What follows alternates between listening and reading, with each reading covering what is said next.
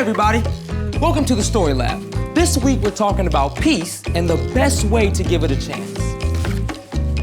I'm ready for a piece of this pie.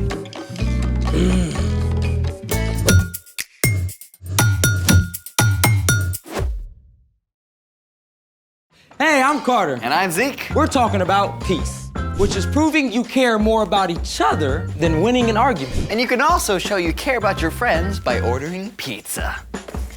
Help yourself. What is this? Anchovies. They're great. You can't put fish on pizza? They've got a nice zing. Yeah, in my intestines. Just pick them off. You can't get rid of the essence of fish all in the cheese. You're overreacting. And you are just plain wrong. Fine. Let's have this out. Whoa, what are you suggesting? Let's do battle. Like, you and me? What? No, I'm not fighting you. Our bots are going to battle. You say that like we have bots. We will, after we build them. What? Build a bot! I love it! Let's make it! So, where do we start with our Better BattleBot build? Start by getting your grown-up to help. Step 1. Make legs for your bot by hot gluing 3 markers on the inside of your cup. Try to get them somewhat level.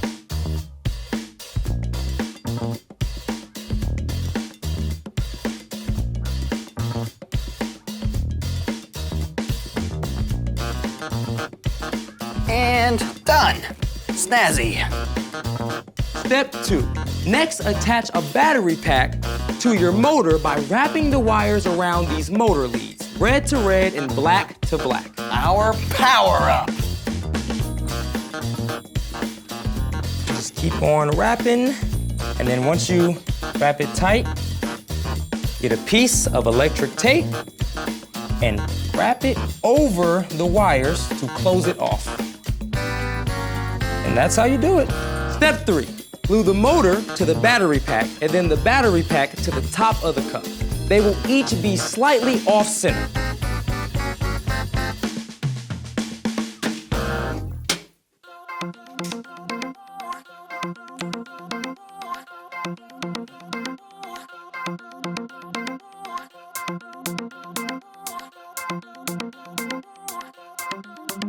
Step 4 is the tricky part. You need to make the motor side heavier so your bot is off balance, which will cause it to move more. One way is to attach a clothespin to the motor.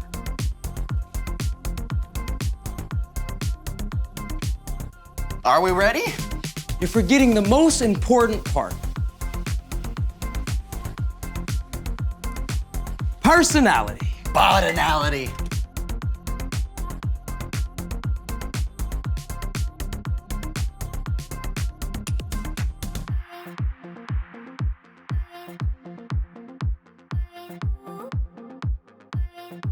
Are you ready? I'm ready. It's time for the Bitter Bot Battle! Countdown, please. 3, 2, 1, go. Oh, they're starting! Oh, they're dry! Get it, come on, Tuffy. Oh, he's right there, he's right there. Yeah, get behind him, get behind him. Yes, oh, he's gonna knock him down.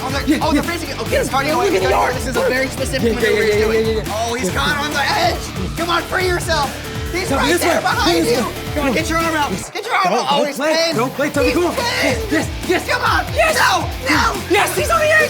Tuffy, come through. Get out of there. Tuffy. Oh, he's taunting him. Listen to my voice, Tuffy. Come this way, Tuffy. Listen to me. Oh, yes, you're just come here. dancing in front of him. Come on, get out of there. Show him that move. You got this. Show him that move, You can do it.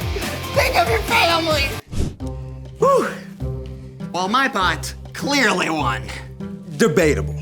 Speaking of which, what were we even fighting about? And speaking of fighting, it's time for... The story before the story. Today, we're in the book of Romans, a letter written by the Apostle Paul to the believers in Rome. When he was younger, Paul arrested Jesus' followers and put them in jail. But then Paul met Jesus, and everything changed.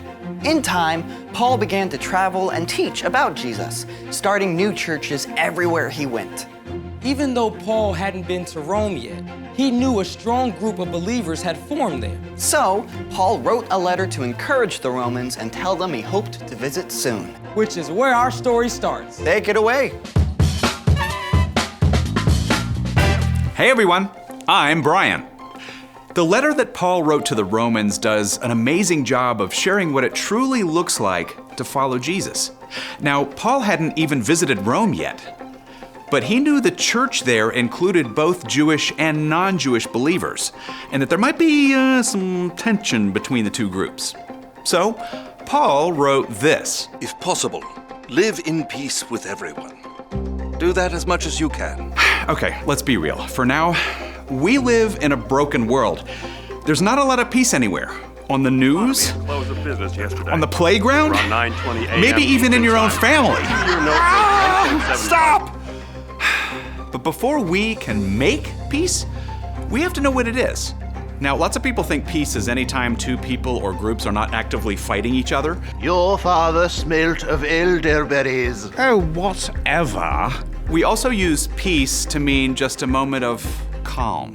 And I bet you've heard your grown-up plead, "Can I get some peace and quiet, please?" But true peace, the kind Paul wrote about, means a lot more than just no fighting. Real peace means choosing to listen to the person or people on the other side. It means showing you care more about someone than about winning an argument with them. And Paul said that we should live in peace with everyone. You know who that leaves out? Nobody.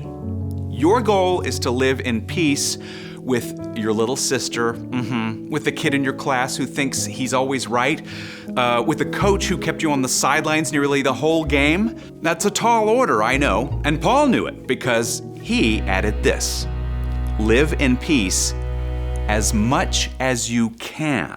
Have you ever tried to make somebody else do what you want them to do? Yeah, good luck with that. You can't control what others do, but you can control you. When somebody says or does something that makes you angry, your first instinct is probably to fight back. They shove you, so you shove them. They call you a name, blah, blah, blah, so you call them a worse name, blah, blah, blah, blah. But fighting back that way, it's like feeding a fire. Have you ever watched somebody build a bonfire? The fire starts with little sticks for kindling, and if you don't add more sticks, the fire will just die out, right? But if you do add more sticks, and more sticks, and more sticks, you end up with a giant wildfire. Pushing or yelling back is like adding more fuel to a fire. The situation quickly gets worse until it gets out of control, and you both get hurt. But when you choose to control your words and actions, you show you have the true power of peace.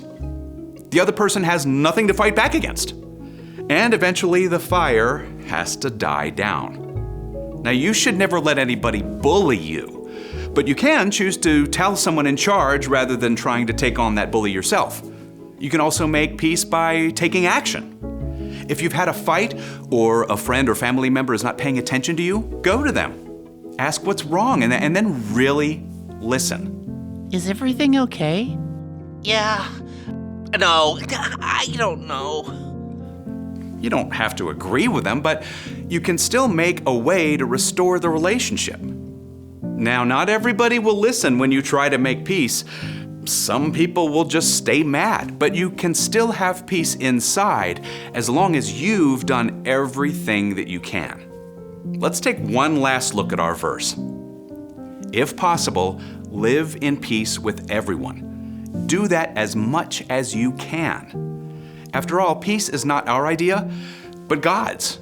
It's a gift that comes when we walk in step with Jesus and listen to God's Spirit. The end. So, yeah, when I argue, it kind of goes forest fire. It's way too easy to just say the first thing that pops into my head. Yeah, choosing not to fight back is tough. For reals. So, what's our part in the story? Well, peace is never easy. but it's much harder without Jesus. When you choose to follow Jesus, you can have peace with God no matter who you are or what you've done. God sends the Holy Spirit to live within you, and God's Spirit helps good things to take root in your heart. Things like peace. Exactly. But making peace is still hard. Peace is a choice you have to make each day. Like if your little sister is sure it's her turn to pick the movie when you know it's yours. It's no big deal. Stop before it turns into a shouting match. Let her choose. Or ask your mom to decide. Or if one of your friends is making you mad, don't react right away. Take a deep breath. Then choose to really listen before you do any talking. I think you got it. Peace. See you next time. So, here's the thing. Make peace whenever you can. You know what? I don't think we should call these battle bots. Oh, I think we should call them bro-bots. that's terrible. Or maybe awesome. Thanks for joining us in the Story Lab. See you next time. See you next time. Ready for a rematch? Yeah. I think we deserve it. Let's do Do it. it. Okay, ready? 3, 2, 1. Battle! Come on. Ah, wait a minute. No, okay, that's fine.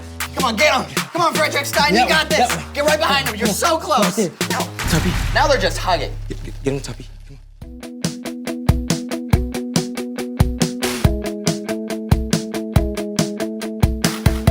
I don't wanna fight like this anymore.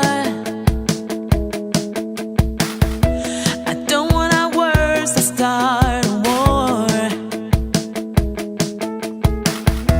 I'll take a step back so we can try to find a solution, you and I. 'Cause you mean that much to me. I don't have to win, that's just fine. We'll sort it all out, it just takes time. You mean more to me than winning the fight. I'm letting it go, yeah, I don't have to be right. So let's give peace a try. So let's give peace a try. So let's give peace a try.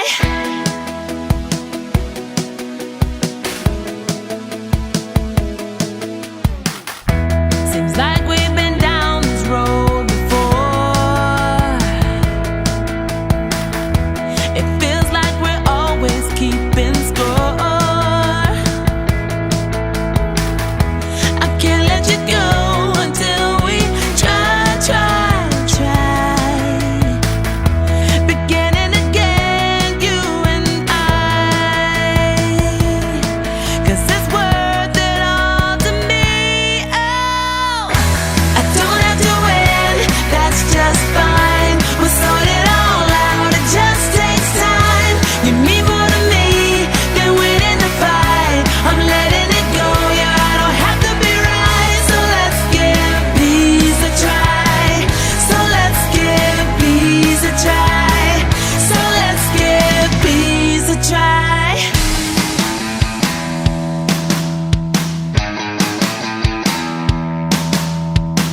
I wanna build you up, and so I'm giving in.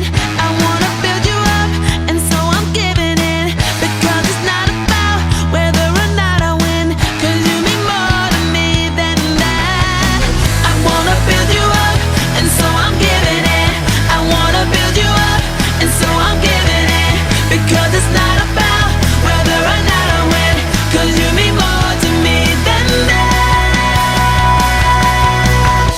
I don't have to win, that's just fine. We'll sort it all out, it just takes time. You mean more to me than winning the fight.